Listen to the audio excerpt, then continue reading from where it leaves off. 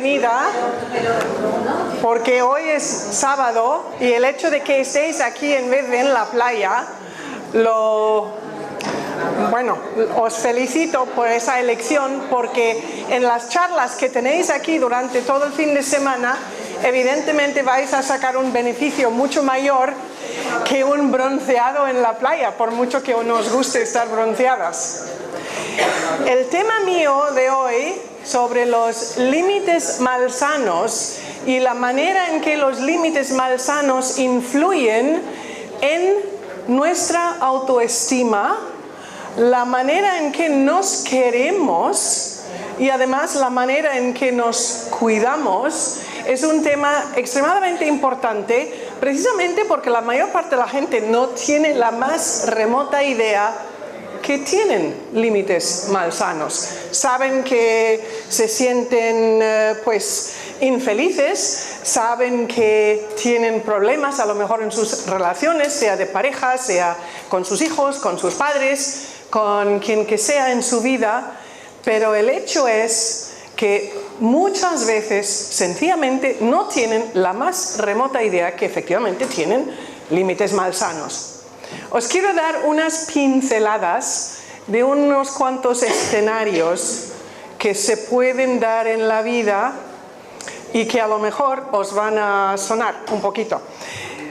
Imaginaros un crío, niño, niña, 4 años, 5 años, que está esperando ansiosamente que vuelva papá o que vuelva mamá del trabajo. No importa si es papá o si es mamá y no importa si es niño o niña. El efecto de lo que os estoy pintando aquí es el mismo. Dicho niño, como digo, está esperando con ansiedad. Tiene muchísimas ganas de volver a ver en la tarde del día en cuestión a su papá o su mamá. Y a lo mejor espera, por ejemplo, con unas zapatillas para saludar a papá o mamá. O espera con un dibujo que ha hecho especialmente para papá o mamá. Llega mamá o papá y a lo mejor han tenido un día desastroso en el trabajo, mucho estrés, mucha cosa que no ha sido muy fácil. Y por tanto, saluda al crío de una manera brusca o apartándolo un poquito porque lo único que tiene ganas es de quitarse los zapatos y los pantalones o el sostén o lo que sea para ponerse cómodo en casa y no tiene ganas de lidiar en este momento con el niño o la niña. Si eso sucede en ocasiones repetidas por las mismas razones básicamente inocentes, porque no estamos hablando de un papá o de una mamá malo, estamos hablando de un ser humano cansado después de un día de trabajo, de estrés y tal y cual, que además no tiene la suficiente, quizás, inteligencia emocional o madurez emocional para entender que esa pequeña brusquedad que ahora demuestra a su crío le deja unas secuelas como el tema de lo que vamos a tratar aquí hoy. Porque las secuelas de ese pequeño apartar o de esa pequeña brusquedad o de la impaciencia o de lo que, como sea, que el padre o la madre se haya portado con el niño en ese momento, hace que el niño poco a poco aprende que lo que yo quiero no es tan importante como lo que quiere el otro quien que sea. En este momento evidentemente es papá o mamá. Y lo que quiere papá o mamá en este momento es paz o tranquilidad. Entonces el niño o la niña aprende a quedarse quieto, a no molestar o a no gritar o cualquier cosa de esas. Es una pincelada de una situación nada más. Pero ahora vamos a dar ¿cómo se llama cuando antiguamente teníamos las grabadoras y hacíamos un rápido hacia adelante? Fast forward en inglés. Hacia adelante. Avanzar. Entonces avanzamos 20 años o los que quieras. Y tenemos ahora un adulto. Vamos a suponer que ese adulto eres tú y yo soy tu gran amiga y nos queremos mucho. Y muy en particular tú me quieres mucho a mí, en plan amistoso. Y te llamo y te digo, no sabes qué problema tengo, por favor, necesito hablar contigo porque tú escuchas tan bien. ¿Podríamos cenar mañana? Y tú realmente mañana tienes un plan divino. Te habían invitado a no sé qué, no sé cuántos, pero como soy tu gran amiga, me dices, ok, de acuerdo, yo me deshago de mis planes y nos vemos a las 8:30, 9 en tal lugar. Mañana a las 6:30 te llamo y digo, oye, no te importa, ¿verdad? Es que me he encontrado con Antonio y ya sabes lo mucho que me gusta Antonio y me ha invitado a cenar. No te importa, ¿verdad? Ya podemos ir a cenar en otro día. Y tú te estás rascando la cabeza preguntándote, pero ¿cómo es posible? Si ayer estabas tan mal y tenías que hablar conmigo y hoy me estás tirando como el último pedazo de cualquier cosa. Pero como eres mi gran amigo o mi gran amiga, me dices, bueno, vale, de acuerdo. O incluso me dices, oye, no me parece muy bien, pero me dices, venga, adelante, ya nos vemos otro día. Es la contestación típica. No te digo que todos vosotros hicierais exactamente lo que acabo de decir, pero es la contestación típica de cientos y cientos de clientes que he tenido con los que he propuesto esa pequeña prueba, porque siempre después cuando me contestan les digo, pues has fallado la prueba, has desaprobado. Porque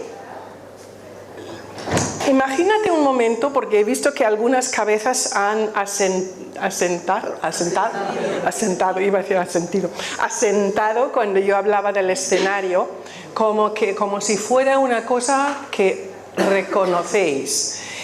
Y me imagino que conocéis ese refunfuñar aquí, en esta zona, cuando sucede una cosa así. No exactamente a lo mejor el escenario que he pintado, pero donde alguien os deja caer de un modo no muy importante, como lo que acabo de contar, al fin y al cabo no es el fin del mundo, pero no está bien. ¿Cómo que una amiga, un amigo muy bueno te hace eso? No está bien. Y entonces cuando asintáis, cuando decís, ok, de acuerdo, y además primero cuando ya empezáis a escuchar la excusa y el rollo que te cuentan, ese refunfuñar aquí adentro, que para algunas personas a lo mejor es un respirar más hondo, más firmemente, para otras personas es una verdadera punzada en el corazón que se siente. No ha pasado nada, por supuesto, nadie ha sacado un cuchillo, pero en algunas personas, en vez de ese refunfuñar o el subir del aliento, hay una punzada de dolor en la zona del corazón. Y que conste que tenemos 3 cerebros, que no me voy a extender en ese tema hoy, pero uno de nuestros cerebros reside en el corazón. Los neurocientíficos nos llevan hablando de eso desde más o menos el 2002-2003, y el segundo corazón está aquí en el intestino, el tercero aquí en el corazón. ¿Y por qué lo dicen, por qué lo llaman cerebro? Porque tiene tantas células neuronales como las del cerebro aquí en el coco. Y entonces mucha información que nos llega del exterior va primero aquí o primero aquí antes de aquí, y han podido comprobar que esas células neuronales que tenemos en el intestino y que tenemos en el corazón mandan luego, después de haber recibido la información del exterior, mandan la información al cerebro. Y es solo entonces que el cerebro racional, como lo conocemos, empieza a reaccionar. Bueno, entonces yo acabo de decir aquello de que me voy a ir a cenar con Antonio y verdad que no te importa, y tú estás sintiendo ese refunfuñar o la punzada o la respiración más profunda, pero me dejas ir, no, o por teléfono, no, realmente no me dices nada. Y en ese primer ejemplo que os estoy dando, quiero decir de antemano, antes de que vayamos más al núcleo de la charla, que ahí mismo, podéis hacer algo que os indica a vosotros a nivel subliminal que os estáis cuidando de vosotros mismos al decir algo. Y ese algo, por ejemplo, podría ser sencillamente eso, Gabriela, porque yo soy la que lo estoy haciendo a vosotros, no es aceptable. No hace falta enfadaros, porque lo que sí solemos hacer cuando ya estamos hasta la gorra de alguien que nos hace esto una y otra vez, pegamos un grito o tiramos la puerta o decimos pues ya no te quiero ver más, vete al tal, ¿no?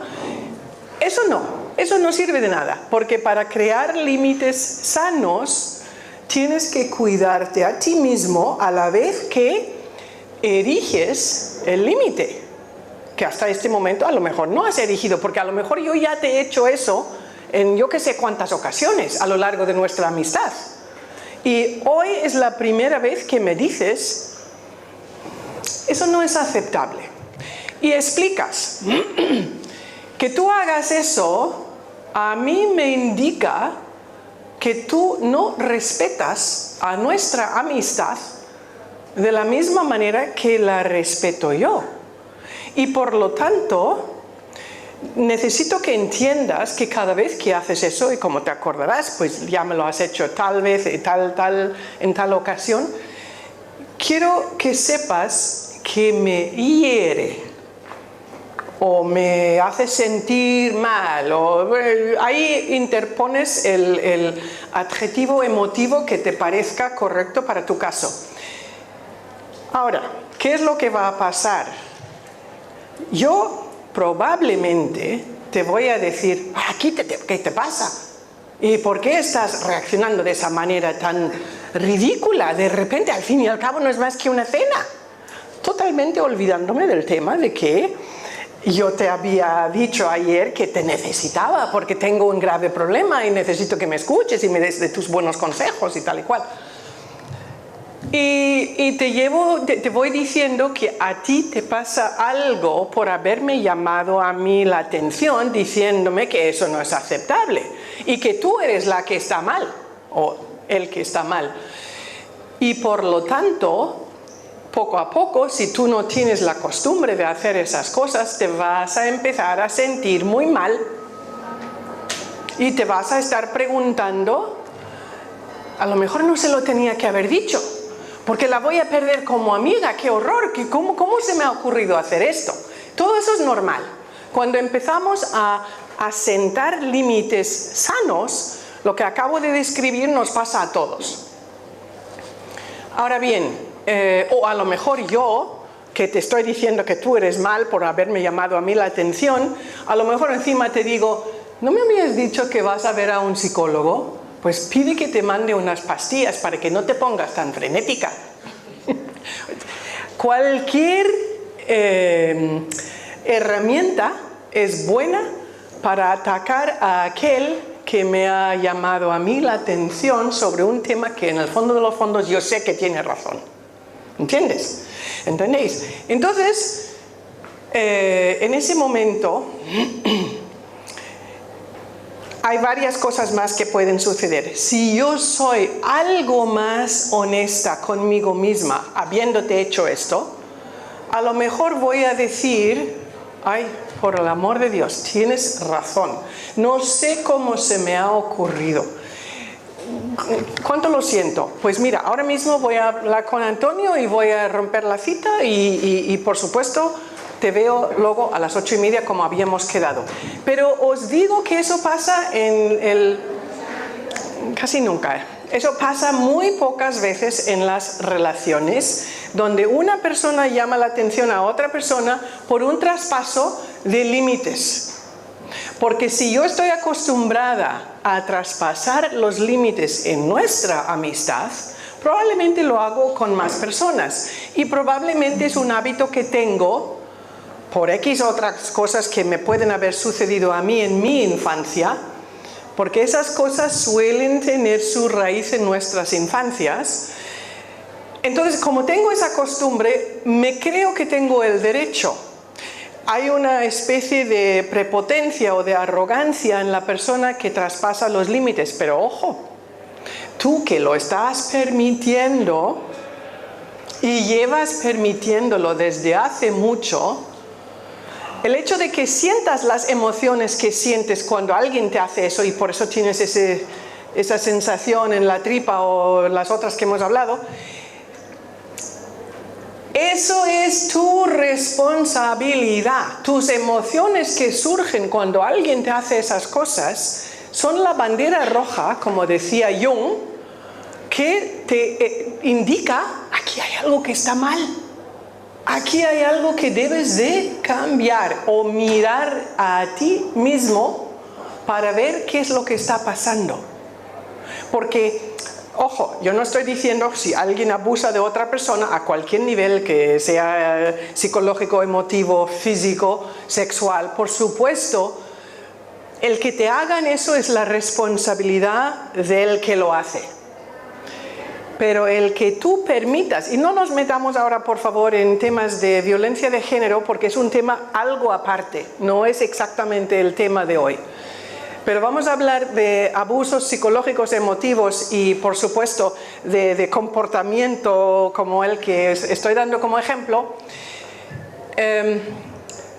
La persona que lo ha hecho es su responsabilidad de cambiarlo, pero tu responsabilidad, y por eso estamos aquí hablando del tema, tu responsabilidad es de reconocer que aquí hay algo que llevas haciendo mal durante mucho tiempo.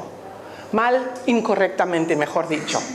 Y está en tus manos el poder cambiarlo. Tú lo puedes cambiar, especialmente si sabes un poquito, si te damos un GPS donde indica pues más o menos el mapa, como para que puedas llegar al lugar donde tus límites se conviertan en sanos. También quiero comentar que cuando tienes esas sensaciones en el cuerpo, por las cosas que sean, tómalos como un correo electrónico, pero de tu cuerpo, a ti, que está diciendo, ojo, aquí hay algo, haz caso. Y por mucho que lo que haya sucedido viene de afuera, no vale culpar a lo de afuera, no vale en el sentido de que eso a ti no te va a servir a la hora de cambiarte. Por supuesto, a lo mejor tienes que denunciar a alguien o a lo mejor tienes que terminar una amistad porque por X, eso es otro tema. Pero mi punto es, culpabilizando al mundo externo, a quien que sea o la situación que sea, a ti no te resuelve nada, solo te va a volver a pasar otra vez con otra persona. Porque las cosas nos suelen pasar hasta el momento en el cual las resolvamos. Antes de eso, nunca. Por eso ves, por ejemplo, personas que tienen patrones de comportamiento en sus relaciones de pareja. Tienen siempre la misma pareja, aunque se casen 6 veces. ¿Y qué es lo mismo? No es la apariencia, no es la nacionalidad, no es la edad.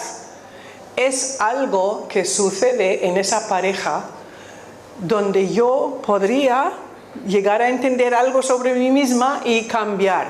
Y sin embargo, mientras que no cambie, mientras que no arregle el que sea, la cosa que sea, evidentemente va a seguir pasando en las relaciones que tengo después. Y si no cambio, si a lo mejor te quito a ti de mi vida, te digo ya se acabó nuestra amistad porque no me gusta que me trates así, y se acabó y adiós y muy buenas.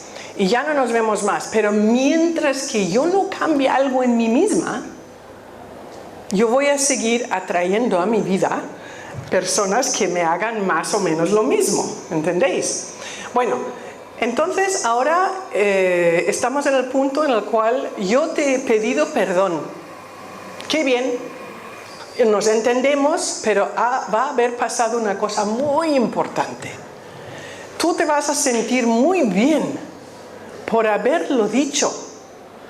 Contra viento y marea, y seguramente has tenido palpitaciones de corazón en el momento de decirlo, porque cuando no estamos acostumbrados a mantener límites sanos, el corazón hace pu, pu, pu, pu, incluso cuando lo estás pensando. Y entonces En este caso, pues ya se acabó, no hace falta hablarlo más, pero suponiendo que no he reaccionado así, suponiendo que he dicho, ¿qué te pasa contigo? ¿Por qué eres tan sensible ahora de repente? O búscate a alguien que te mande pastillas. Entonces tú tienes que seguir hablando. ¿Has visto que mi reacción no ha sido positiva? No ha sido, por lo menos, reconociendo que yo tengo también una parte en este problema.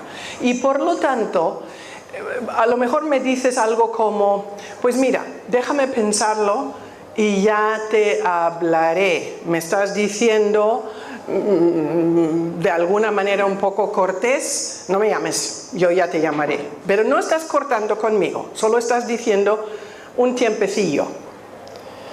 O a lo mejor solo digo, bueno, mira, vete a cenar con Antonio. Bueno, es al revés, tú me lo dices a mí, pero ya me entendéis.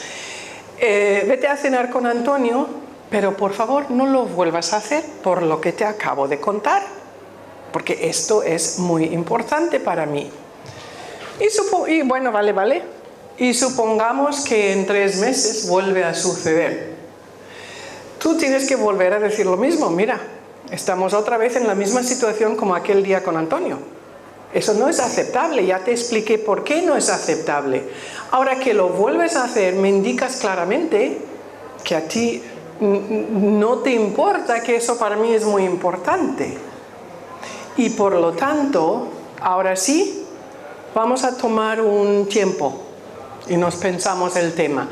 Y supongamos que a lo mejor volvéis a la amistad y vuelve a suceder, eso ya será el momento en el cual te tienes que decir, ok, me ha demostrado claramente que no le importa mis sentimientos sobre el tema y por lo tanto ahora soy yo la que tengo que pensar si quiero a esta persona en mi vida.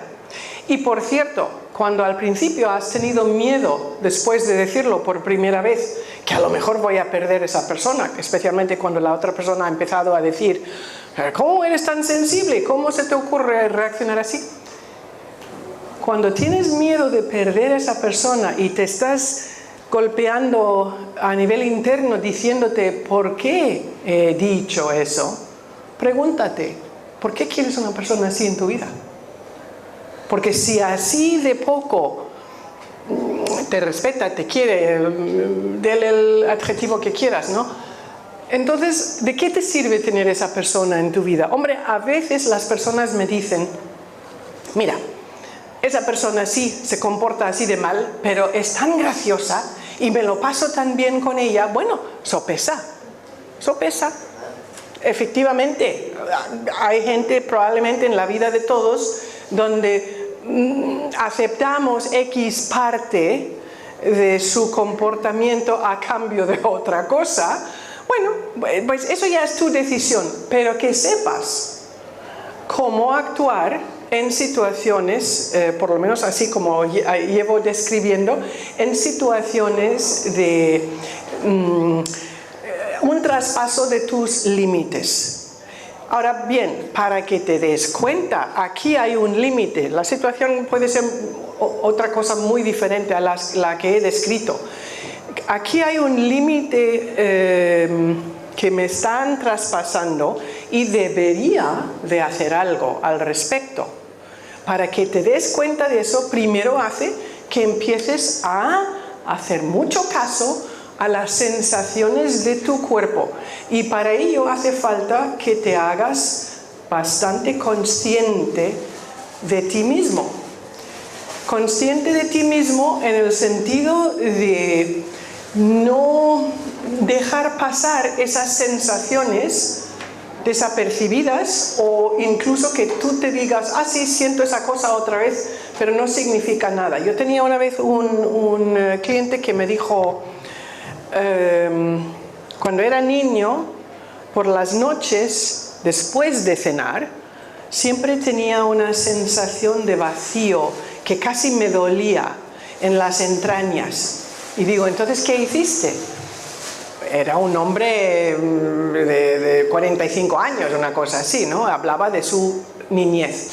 Y me decía, pues mira, como solía pasar poco antes de irme a la cama, pues me bajaba a la cocina, era un inglés, y me tomaba unos cornflakes.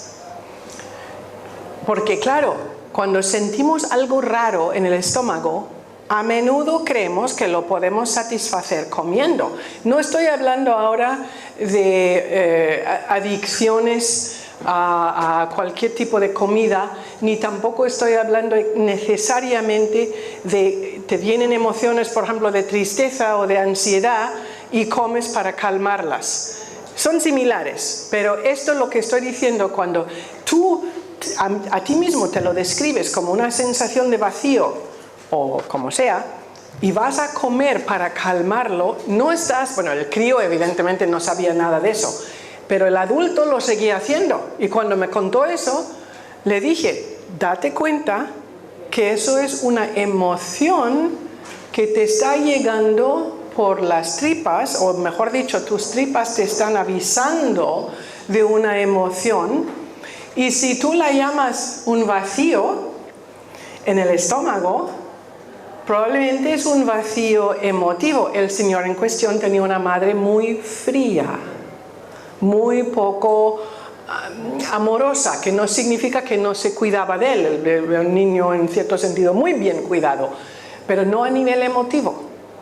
Entonces, eso es otra vez un ejemplo. Haz caso a esas sensaciones que te lleguen, haz caso que ahí hay algo, por lo menos míralo.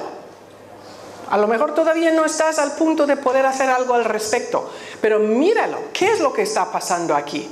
O a lo mejor yo soy tu mujer y cada vez que tienes una opinión diferente a la mía grito, no gritar en plan enfadado, sino empiezo a hablar cada vez más fuerte, sobre mi opinión. Entonces tu opinión no se puede escuchar y a ti además, como no te gusta que griten, te callas y así llevamos 20 años. Eso es un traspaso de límites impresionante lo que yo estoy haciendo a mi supuesto marido, ¿no? Y mi supuesto marido está permitiendo que el juego prosiga.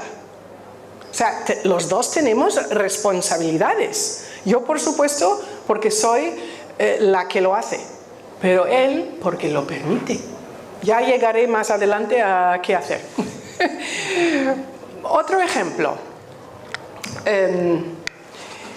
Un matrimonio vino a verme un día y ella se quejaba, bueno, creo que ella vino primero muchas veces y se quejaba de que el marido no era accesible emotivamente hablando, es decir, él no le demostraba afecto. Además, no le demostraba afecto verbal, ni tampoco eso de cogerte el brazo o la mano cuando andáis en público, ni tampoco íntimo. Ahí no había nada de nada. Tenían un hijo y según los dos me contaban por separado, era una de las contadas en una mano veces que realmente habían tenido algún acercamiento mayor que el de sentarse en la mesa a cenar. Evidentemente es un caso muy aislado, pero ahí es otra vez una manera de entender cómo en ese baile que tenemos con las personas que poblan nuestra vida, el baile donde me hacen a mí algo, pero yo lo permito. Y yo lo permito no porque soy una estúpida o porque no tengo valor o lo que sea, lo permito en primer lugar porque probablemente no tengo ni idea de que eso es un límite malsano que están traspasando. Sí sé, las personas que permiten esa clase de cosas saben que algo no está bien, pero no lo saben identificar, digamos. Entonces lo único que ven es culpabilizar al otro. Y por supuesto, el otro tiene mucha culpa. Pero no se trata de eso, porque con tal, como ya dije, con tal de que yo eche la culpa a algo externo a mí o a una persona, dentro de mí no se arregla nada. A lo mejor esa persona a partir de ahora se controla, porque a lo mejor yo controlo el dinero. Entonces yo he amenazado con que si es mi mujer, pues ya no te doy tu... Me acuerdo cuando yo me casé en España, lo que tenía la mujer durante el mes se llamaba la... Igual como para los niños chicos, la paga. La paga. Las mujeres de mi generación y anteriores, aquí. Bueno, pues entonces... Si yo te quito tu paga, o si yo te quito algo económico, o si yo tengo poder sobre ti en algún sentido, pues a lo mejor sí, me haces caso, y caso resuelto, pero solo para esa cosa. Mis límites malsanos siguen existiendo, y tú seguirás probablemente en otras cosas traspasando límites. Bueno, en ese matrimonio, ella se quejaba y lo culpabilizaba a él de ser emocionalmente inaccesible, y él me decía a mí, ¿has visto a mi mujer? Que desde luego como una lapa, me sofoca, etcétera, etcétera. Pero no habían cambiado en algo como 28 años. Era un matrimonio muy duradero. Se hacían falta el uno al otro para mantener ese ritmo de vida disfuncional. Y entonces, cuando en esos casos la persona inaccesible es la más complicada de cambiar. Pero como él era un hombre extremadamente inteligente,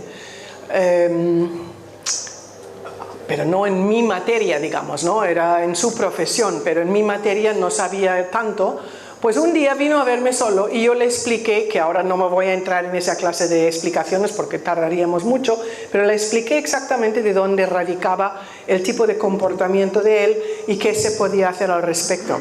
Y se le cayó, me dijo, por primera vez me entiendo, por primera vez veo por qué he hecho las cosas que he hecho a lo largo de mi vida. Pero no cambió nada. ¿Entendió? ¿Y sabéis por qué no cambió? Porque da miedo. No en él, sino en cualquier persona.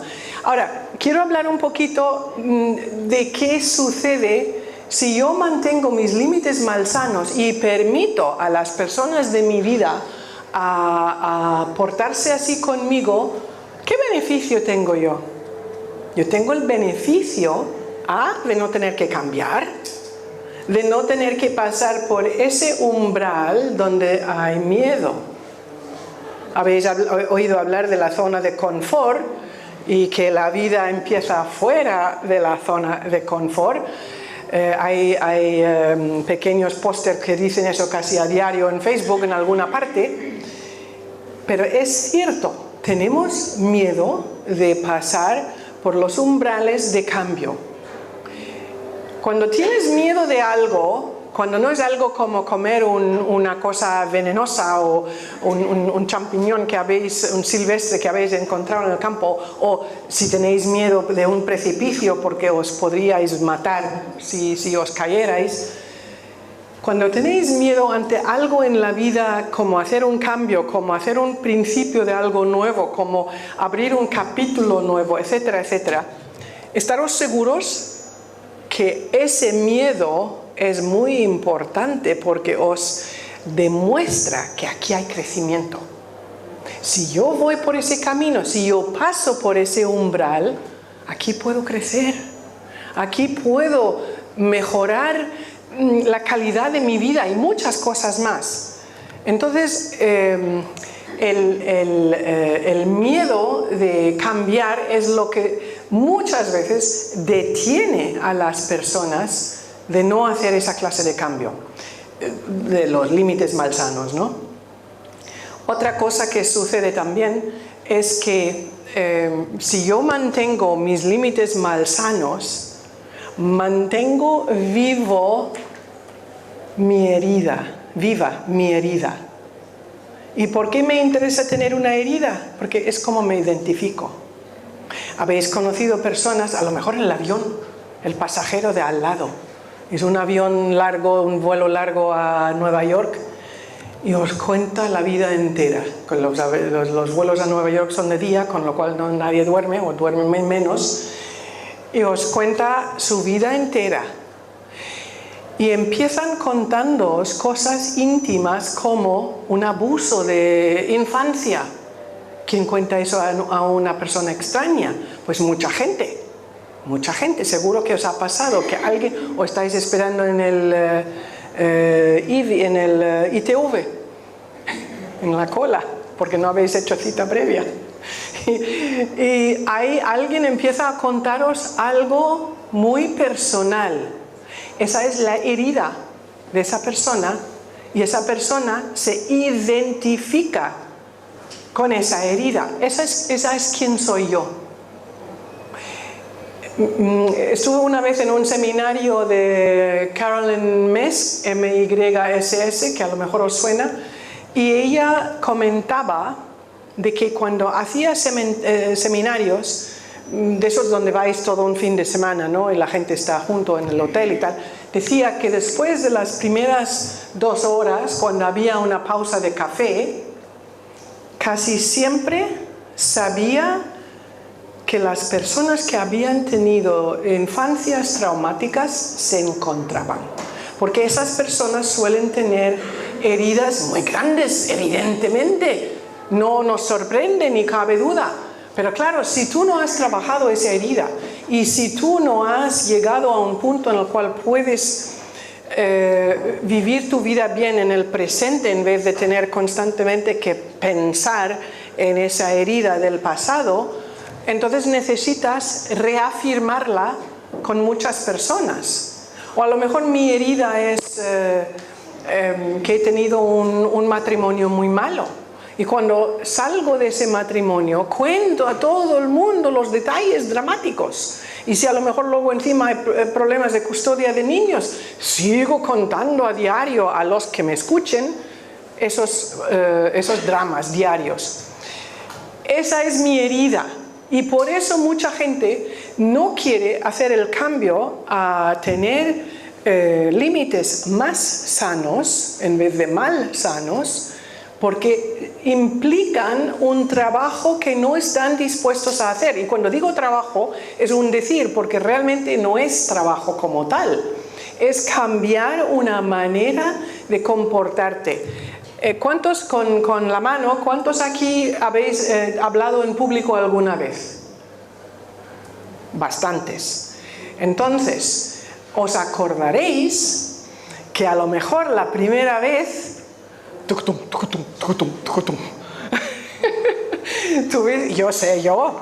tenía como 24 años, fue en Estados Unidos y estaba en un evento con mi entonces marido y de repente dijeron, pues la señora tal que también diga unas palabras. No sé cómo las piernas me permitieron llegar al estrado y tal. Bueno, pues el miedo de lo desconocido nos hace parar a menudo de aquello que nos podría hacer crecer. Y claro, lo que nos hace crecer, por regla general, es algo que tenemos que cambiar. Cuando yo noto, si quiero establecer un límite más sano con alguien y noto que el corazón está haciendo tututún, tututún, tututún, me tengo que decir, ok, este tututún es lo que normalmente me hace echarme para atrás. Y lo que normalmente hace que yo no diga nada. Entonces aquí ahora tengo la elección de cambiar algo. La primera vez me va a costar mucho. Volviendo a mi ejemplo de la amiga que se va con Antonio, incluso si lo que yo le dije sobre de que no es aceptable y ella me echa en cara de que yo ahora soy demasiado sensible, incluso en un caso así, cuando ya hemos dejado de hablar, lo más probable es que te sientas empoderada, te sientas más fuerte, porque aunque tienes las dudas sobre si has hecho bien, con respecto a la amistad o no, por el otro lado hay una parte tuya que sabe que por primera vez te has defendido como Dios manda. Y cuando hablo de defensa, hablo como defenderías a tu niño. Ejemplo, ves a tu niño de 4 años o tu niña de 4 años en el parque y de repente hay un señor corriendo detrás de él y tu niño está gritando a voz alta con terror y este señor corre detrás de tu niño. Pues evidentemente, tac, tac, tac, tac, tú te vas a ir corriendo también, vas a coger tu niño y tenerlo protegido en tus brazos y luego vas a ver qué haces con respecto a ese señor. Es una situación casi, bueno, hoy día imposible, pero mi punto es el siguiente.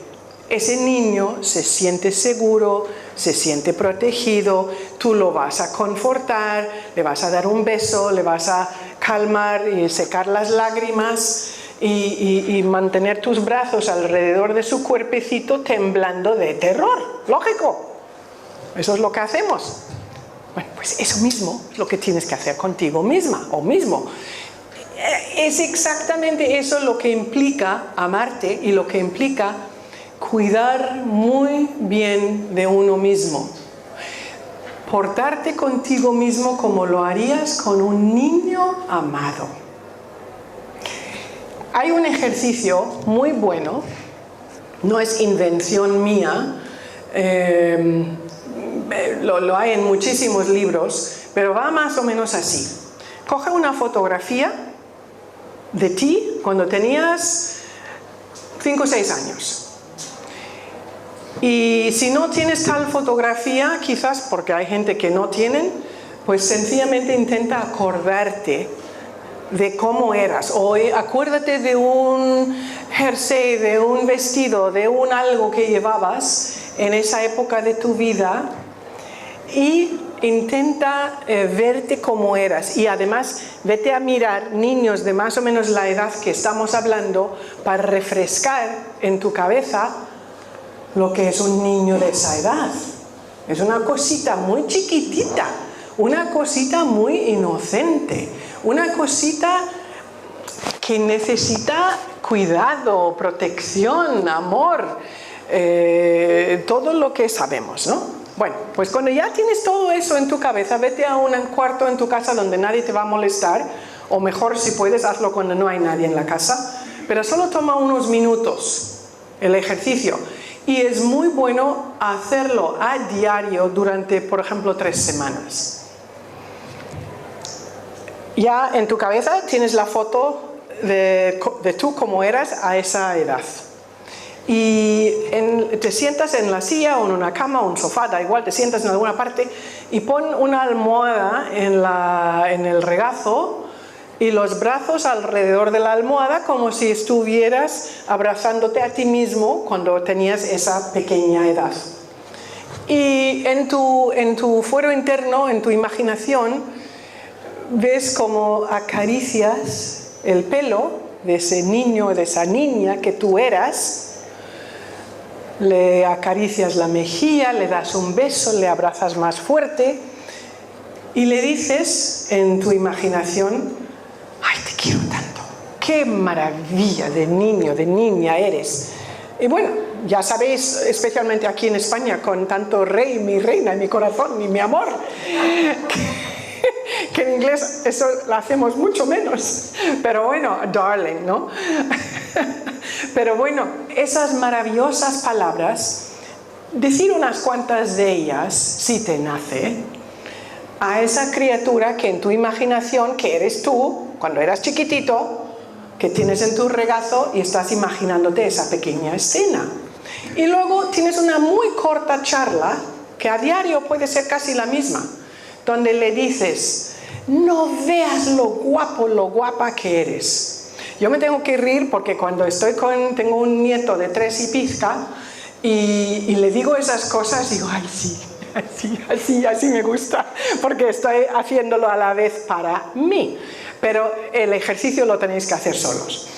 Entonces, ¿cómo me gusta ¿Cómo te ves? Qué guapo, qué guapa eres. Qué vestido, qué jersey, qué camiseta. Dices algo bonito de lo que lleva puesto en tu imaginación. Y luego dices, por ejemplo, ¿y sabes? Ese dibujo que has pintado, pues lo tengo en la nevera, como la cosa más maravillosa de mi casa. O le dices, ese avión que hiciste el otro día de papel, lo que sea, lo que os haga sentido, ¿no? Lo que tenga sentido para vuestros recuerdos en vuestra vida. A lo mejor los aviones de papel, a lo mejor el dibujo, a lo mejor totalmente otra cosa. Algo que tenga sentido en vuestras vidas para que esa conversación imaginaria tenga sentido. He tardado más en contároslo que en lo que cuesta hacerlo. Y termináis la conversación con otro abrazo imaginario, otro esto del pie sobre el pelo, un beso, y cuánto te quiero, y mañana, casi se me olvidaba lo más importante. Y no te preocupes porque siempre te voy a cuidar y siempre te voy a proteger. En otra ocasión, adiós.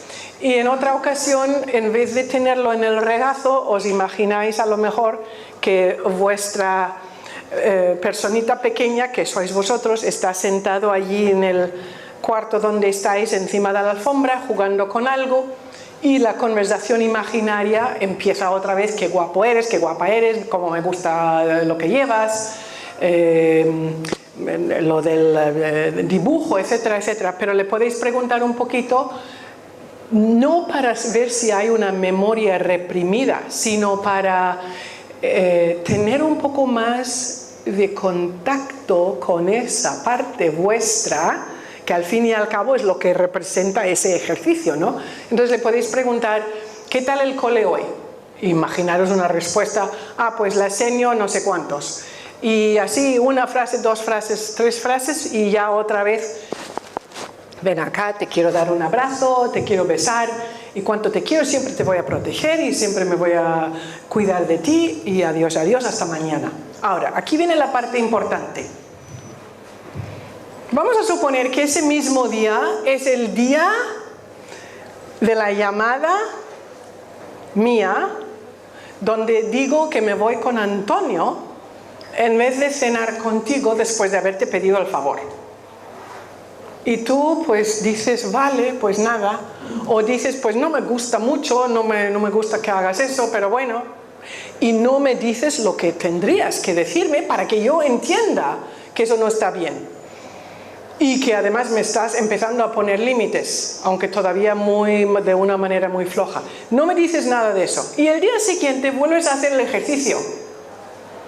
De alguna manera se levanta el espectro dentro de la imaginación del ejercicio, donde el crío o la niña dice, ¿cómo que me vas a proteger? Ayer no me protegiste cuando te hicieron aquello con la cena de Antonio.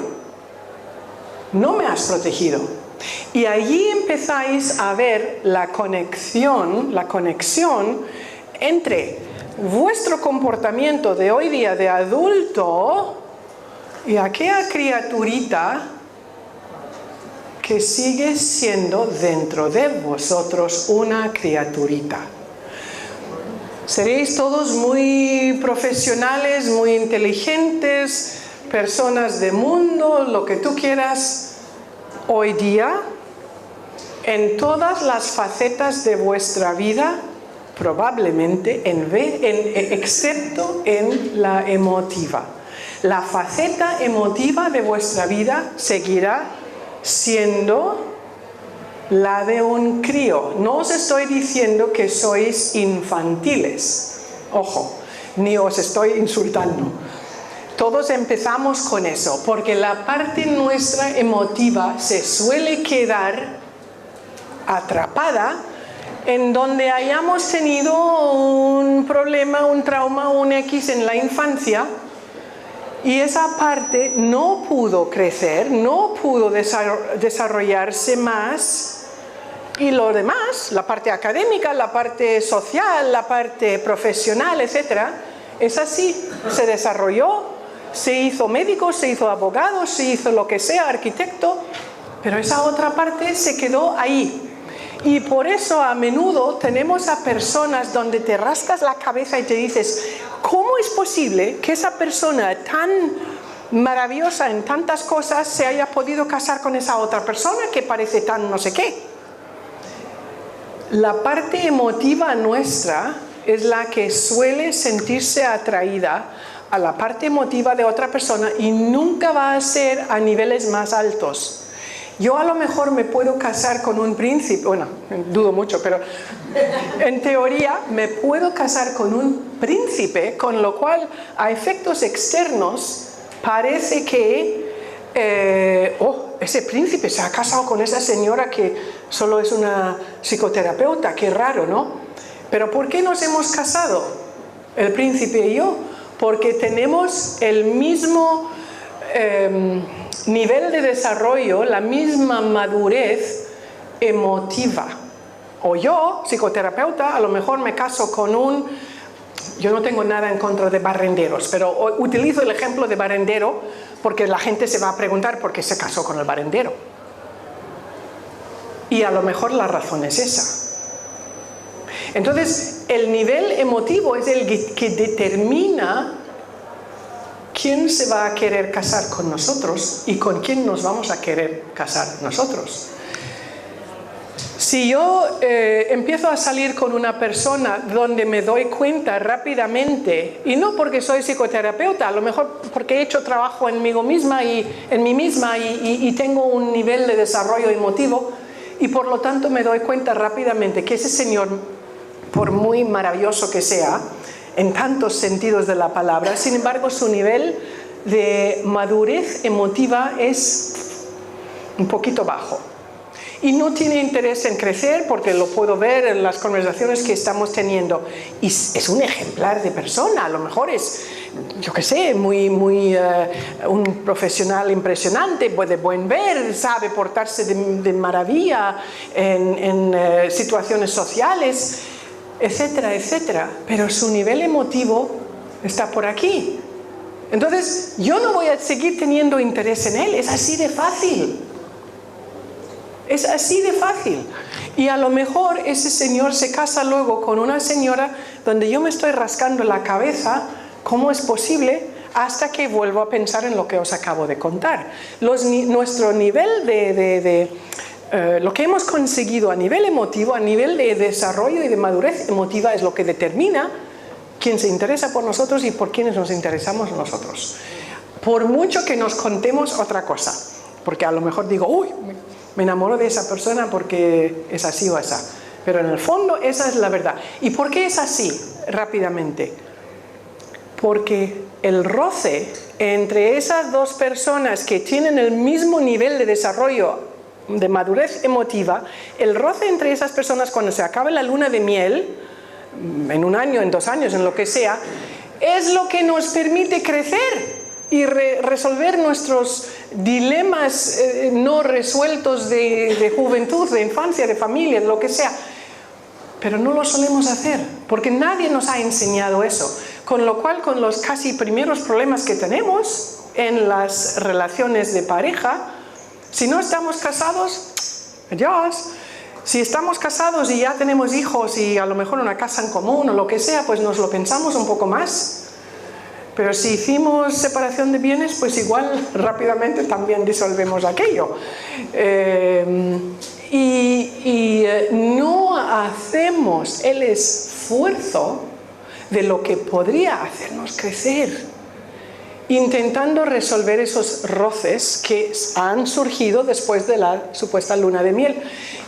Porque esos roces siempre son temas no resueltos tanto para uno como para la otra. Si miráis en vuestras relaciones, porque es muy probable que cada cual habéis tenido más de una, al menos importante en vuestra vida, vais a ver que eso es absolutamente verídico.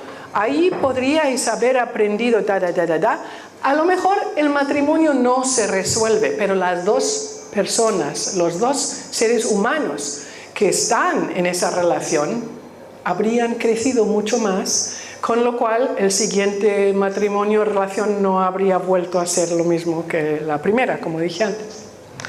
Bueno, entonces, volviendo al pequeño ejercicio de la niña o del niño, ¿entendéis que esa parte vuestra que no se ha desarrollado igual como vuestra parte profesional, social, etcétera, etcétera, esa parte necesita crecer, y para crecer necesita sentirse seguro, segura? Esa parte no se va a sentir seguro mientras que vosotros no hagáis más o menos algo como he explicado. Es decir, en ese ejercicio podéis crecer, creer y crecer al niño, a la niña chiquito que tenéis ahí, de tal manera que llegue a la edad cronológica o al desarrollo profesional, académico, social que tenéis en las otras facetas de vuestra vida. Con lo cual, ipso facto, vais a atraer una clase de persona muy diferente a vuestra vida, si estáis libres y en búsqueda de otra relación. Voy a mirar porque no sé en dónde estamos. Y entonces, ese ejercicio es absolutamente útil. Y por cierto, que no os sorprenda si en el ejercicio os broten las lágrimas. Porque os estáis ocupando de una manera amorosa de una parte vuestra que normalmente pisamos con malos límites. Porque cuando yo permito a la amiga que se va con Antonio de marcharse con Antonio sin decir nada, es como si al crío que estaba perseguido por el señor que le causaba terror al niño, como si yo, mamá, no le hubiera protegido. Y dejo que el señor lo alcance y le pegue un par de lo que sea, y solo luego llego y digo, bueno, no, aquí no pasa nada. Nos pisamos. Pero nos pisamos en muchas otras maneras. Hoy el tema es límites. Mira, para que un límite se haga efectivo, para que la persona que me esté escuchando me haga caso, necesito dar una consecuencia. No una amenaza, no un castigo, una consecuencia. Y las consecuencias las entendemos muy bien cuando hablamos de leyes. Si yo corro 150 por la autopista o 180, evidentemente si me pesca un policía, me van a dar una señora multa y quitar puntos o incluso quitar el carné. No sé en qué momento te quitan el carné. Ahí no decimos, oh, qué amenaza, o oh, qué castigo. Todos entendemos, es una multa. Y sabemos por qué, porque somos una sociedad y porque hemos más o menos acordado mantener una serie de leyes. Si en un brote de ira en el coche voy contra el coche de uno de vosotros, pues me vais a denunciar, voy a tener una multa, posiblemente un pleito, e incluso posiblemente me meten a la, bueno, creo que no por eso, pero a la cárcel. Pero es una consecuencia, no es una amenaza o un castigo. Bien, entonces en las relaciones interpersonales igualmente tiene que haber una consecuencia para el tipo de cosa que estamos hablando. Os doy un ejemplo muy fácil de dar, porque admito que dar consecuencias a un adulto de nuestro contorno es mucho más complicado que la consecuencia que voy a decir ahora. Imagínate un niño de 5 años que le estás explicando cómo recoger su cuarto antes del baño. Y le has enseñado, pues los juguetes van aquí a esas cajas y los libros aquí al librero. Y cuando mamá te llama para el baño tienes 10 minutos, que es suficiente para recoger tu cuarto, y además tú has hecho eso con él ya durante 2 semanas. Entiende perfectamente cómo hacerlo. Y le dices, ¿has entendido y puedes hacerlo? Y sí. Y dices luego, pero mira, si no lo haces, esa noche no vas a poder ver pues el programa de la tele que le gusta, un programa cortito. Porque cuando no haces algo que has acordado, dicho en palabras que entiende un niño, cuando no haces lo que has acordado, entonces siempre pasa algo. Y ese algo que pasa es algo que pues te fastidia un poquito a ti, y por eso es muy bueno que recojas tu cuarto, ¿verdad? Para que no suceda la cosa que te fastidia un poquito. En el caso de adultos es mucho más complicado. Os voy a dar otro ejemplo que también es muy fácil de entender, pero mucho más fácil la consecuencia en este caso que en muchas situaciones de adultos. Vamos a suponer que llevo 10 años casada con un alcohólico. No me ha gustado nunca que mi marido sea alcohólico, y he pedido y rogado y llorado, y incluso me ausenté a lo mejor una temporada, me fui a casa de mis padres, pero todo sigue igual. Pero un buen día he oído hablar de límites sanos y decido tomar las riendas de mi vida, y me siento con mi marido alcohólico y le digo, mira, yo te quiero mucho, yo no te quiero perder. Sin embargo, no puedo vivir más con tu alcoholismo. Y por lo tanto te propongo, porque claro, esas conversaciones siempre se pueden decir con palabras muy suaves, no hace falta ser demasiado tajante, excepto en la intención.